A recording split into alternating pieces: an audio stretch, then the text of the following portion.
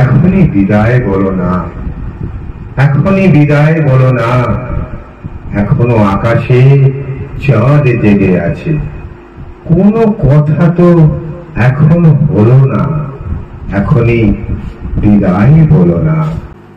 মোহাম্মদ রফি সাহেব 46 বছর আমাদের কাছ থেকে ছেড়ে চলে গেছে, কিন্তু এই অমর সঙ্গীত শিল্পীকে আমরা সারা ভারতবাসী তথা বিশ্ববাসী কেউই ভুলতে পারবে না।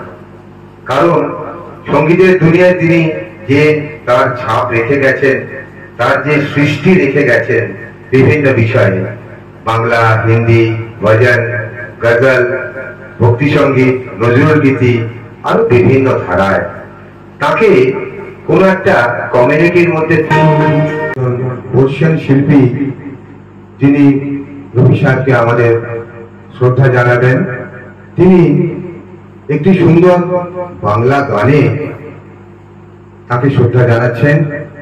এখনই বিদায় বলো না,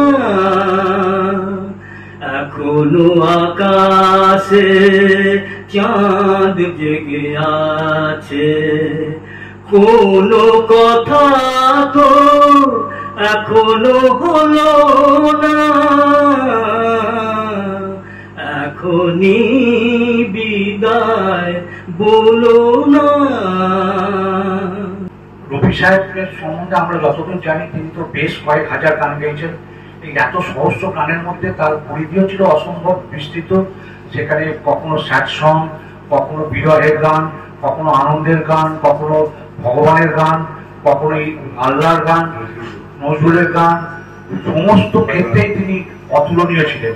আসলে তার পরিবেশনার মধ্যে এমন একটা প্রভাব ছিল যে যে কোনো গানই তার মধ্যে যেন মুক্ত রূপ ধারণ করত। কথা জানাচ্ছি, তারা ভালো থাকুন। মোহাম্মদ রফি সাহেব যেখানে থাকুন, তিনি আমাদের মধ্যে আছেন, তিনি আমাদের সঙ্গে থাকবেন, শুনে শুনে তিনি আমাদের মধ্যে চিরকাল বিরাজমান থাকবেন। তাকে জানাই অসংখ্য প্রণাম, নমস্কার।